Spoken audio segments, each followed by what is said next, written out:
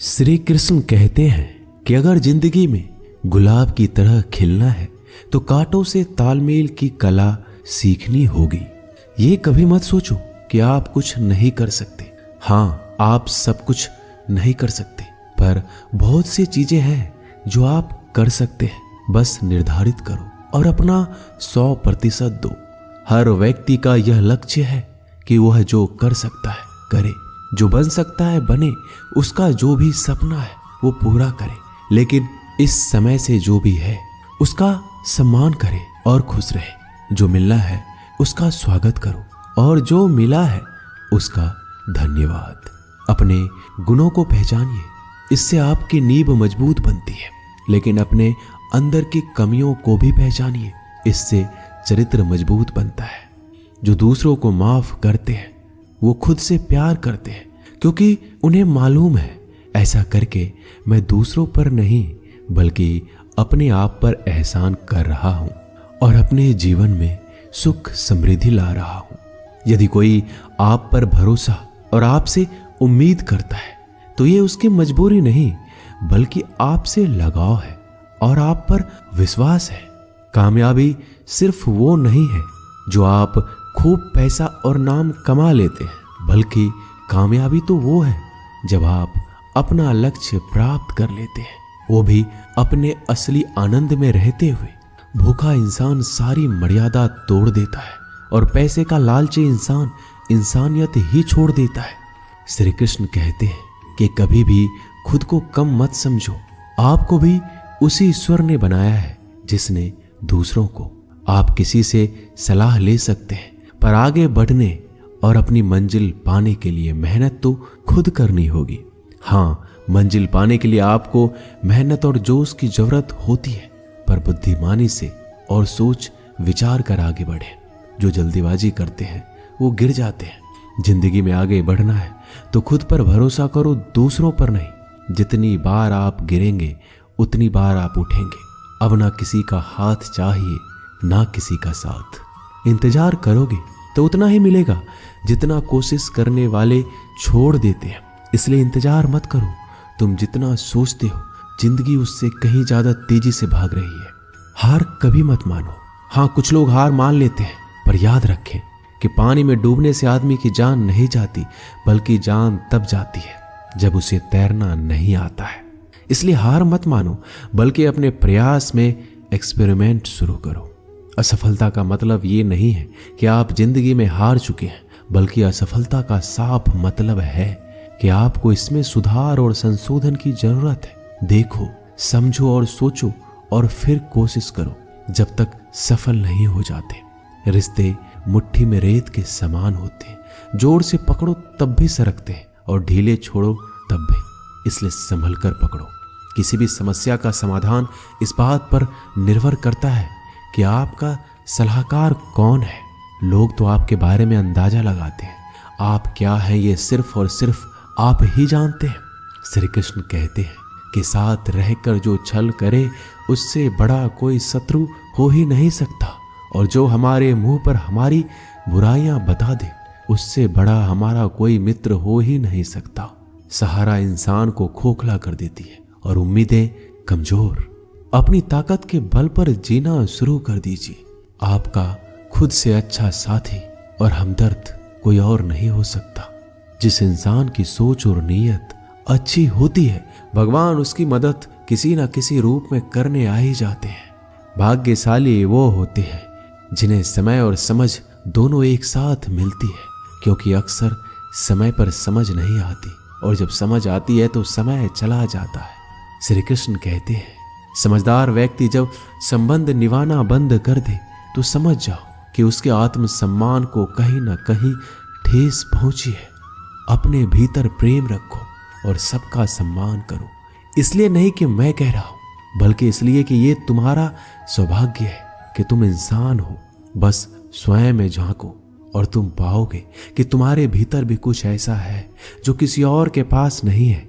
इसलिए इस धरातल पर जन्मा हर मनुष्य बहुमूल्य है। यदि जीवन में दुख मिले तो उसका सामना करो, या फिर ऐसे लोगों से जुड़ो जिनके होने से तुम्हारा जीवन धन्य हो जाए। कभी हिम्मत मत हारो, एक बार स्वयं पर विश्वास रखकर आगे कदम बढ़ाकर तो देखो, रास्ते स्वयं नजर आते चले जाएंगे। यदि आपका विश्वास अटल रहा तो मंजिल भी आपका इंतजार करते नजर आएगी। यदि कोई कार्य अच्छा है तो उसे तुरंत शुरू कर दो। लोगों के बारे में मत सोचो कि लोग क्या कहेंगे, क्योंकि कमी तो लोग ईश्वर में भी निकाल देते हैं। तो आप क्या चीज हो? अधिक सोचने की जगह अधिक करने में विश्वास रखो। अधिक करने की जगह सही करने में विश्वास रखो, और सही करने के लिए आपको सही सोचना होगा। अतः कम सोचो मगर अच्छा सोचो। जीवन में पैसा सब कुछ नहीं होता, लेकिन जीवन में पैसा बहुत कुछ जरूर होता है। और जो व्यक्ति बहुत कुछ को सब कुछ समझ बैठता है, अंत में उसके पास कुछ भी नहीं बचता। समय का उपयोग करके बहुत सा धन कमाया जा सकता है, लेकिन धन का उपयोग करके एक पल भी नहीं बढ़ाया जा सकता। अतः समय का सही उपयोग करना सीखो। लोहे को कोई नष्ट नहीं कर सकता, लेकिन लोहे पर लगी जंग उसे धीरे धीरे नष्ट कर देती है। इसी प्रकार कोई आपको हरा नहीं सकता, लेकिन आपकी गलत सोच आपको धीरे धीरे हार के द्वार पर खड़ा कर देगी। इसलिए अच्छा सोचो और जीत जाओ। जीवन में उछलो तो ऐसे कि सारे आसमान को छू लो। जीवन की गहराई में ऐसे डूबो कि उसके सभी चमकते मोती खोज निकालो। फैलो तो ऐसे कि पूरी कायनात में समा जाओ, और सुकड़ो तो ऐसे कि हर किसी के दिल में समा जाओ। अच्छा सोचोगे तो अच्छा वापस आएगा, बुरा सोचोगे तो बुरा वापस आएगा। मीठा बोलोगे तो मीठी बोली ही दूसरों से सुनोगे, कड़वा बोलोगे तो खरी खोटी ही सुनोगे, क्योंकि हम जो देते हैं वही हमें वापस मिलता है। एक निश्चित लक्ष्य को लेकर सही राह पर चलना जीवन यात्रा कहलाता है, और बिना लक्ष्य को लिए हुए किसी भी रास्ते पर चलना जीवन का भटकाव कहलाता है। इसलिए कम से कम एक लक्ष्य आपके पास हमेशा होना चाहिए। श्री कृष्ण कहते हैं, किसी भी कार्य में जल्दीबाजी मत करो। जल्दीबाजी आपको भटकाव की ओर ले जाएगी। भटकने से अच्छा है कि थोड़ा रुको, समझो और फिर चलो। आपका दिमाग एक भट्टी की तरह है, जो हर समय आपके अनंत विचारों की ऊर्जा से गर्म रहता है। अब यह आप पर निर्भर करता है कि आप इस ऊर्जा का उपयोग किस तरह करते हो। लोग कहते हैं कि हमेशा व्यस्त रहो। अच्छी बात है, लेकिन व्यस्त रहना ही काफी नहीं है। महत्वपूर्ण यह है कि आप कब और किस कार्य में व्यस्त हो। यदि आप चाहते हो कि लोग आपको पहचाने तो अधिक से अधिक लोगों से अपनी पहचान बढ़ाओ। यदि आप चाहते हो कि लोग आपकी बात माने तो लोगों के दिलों में जगह बनाओ। और यदि आप चाहते हो कि लोग आपको हमेशा याद रखें तो कलम उठाओ और कुछ नए विचार लोगों को दो। अगर आप अच्छे कार्य करते हो तो दूसरों के सामने अपनी तारीफ कभी मत करो, क्योंकि यदि आपके कार्य वास्तव में अच्छे हैं तो आपके अच्छे कार्य ही सबको बता देंगे कि आप कैसे हो। सफल लोग खुद अपने बारे में नहीं बोलते, बल्कि उनके कार्य उनके बारे में बोलते हैं। अपना मुंह खोलने से पहले अपना दिमाग खोल लेना बहुत जरूरी है। अर्थात जब भी आप जहां भी बोले, पहले खुले दिमाग से सोचे कि इसका परिणाम क्या होगा। यदि परिणाम अच्छा हुआ तो तुरंत बोल दे। यदि आप असंभव को संभव बनाना चाहते हैं तो असंभव को पाने के लिए आपको कुछ ऐसा करना होगा जो अकल्पनीय हो। यदि आप ऐसा कर सकते हैं तो आगे बढ़कर नया और अब तक जो सोचा ना गया हो ऐसा कुछ कीजिए। आज दुनिया को एक ऐसे इंसान की जरूरत है जो इस दुनिया को बदल सके। आप भी ऐसा कर सकते हैं। यदि आप खुद को इस योग्य नहीं समझते तो जरा सोचिए, अगर आप नहीं तो कौन, अगर अभी नहीं तो कब। जो भी हो आप भी इसे कर सकते हो। अभी शुरू हो जाओ। जो भी कार्य शुरू करो सोच कर शुरू करो। यदि शुरुआत कर दो तो बीच में उस कार्य को किसी भी वजह से मत रोको, क्योंकि जब आप पीछे जाकर किसी दूसरे कार्य को शुरू करके फिर वहीं पहुंचते हैं जहां आपने पहले वाला कार्य छोड़ा था, तो जरा सोचिए, इससे कम मेहनत और इससे कम समय में आप पहले कार्य को पूरा कर सकते थे। यदि आपसे पहले कोई और सफल हो जाता है तो घबराना मत, क्योंकि आप भी जानते हो कि घर बनाने से ज्यादा समय बंगला बनाने में लगता है। श्री कृष्ण कहते हैं, जब आप हार से मिली सीख को अहमियत समझ लेंगे तो आपका जीवन बदल जाएगा। जिस प्रकार एक वातावरण में केवल एक ही तरह के पेड़ पौधे उगते हैं, उसी प्रकार आप भी अपने वातावरण के ही एक अंश हैं। यदि आप अपने आप को बदलना चाहते हैं तो सर्वप्रथम अपने वातावरण को बदलिए। आप एक ही गलती को रोज दोहराकर अपने परिणाम और अपने जीवन को नहीं बदल सकते हैं। अपने लक्ष्य को बार बार बदलने से कुछ नहीं होगा। अगर बदलाव चाहते हो तो अपनी कोशिश करने के तरीके में बदलाव लाना होगा। परिवर्तन प्रकृति का नियम है, इसे स्वीकार करें एवं इस परिवर्तित जीवन का आनंद लेना प्रारंभ करें। श्री कृष्ण कहते हैं कि आप किसी भी चीज को लेकर चिंता करना छोड़ दीजिए, क्योंकि हमारी चिंता कोई और कर रहा है। इसलिए आप चिंता छोड़ उस काम पर पूरा फोकस लगा दीजिए जिससे आप अपने जीवन को बेहतर बनाने के लिए करना चाहते हैं। अगर ये सब करते हुए आपके साथ कुछ भी बुरा हो जाता है तो भी बिना रुके आपको अपनी मंजिल तय करनी होगी, आगे बढ़ना होगा, क्योंकि हमारे साथ जो कुछ भी बुरा या अच्छा होता है यह सब कुछ पहले से तय होता है। इसलिए इस बारे में चिंता करके आप अपना समय बर्बाद करेंगे और कुछ नहीं।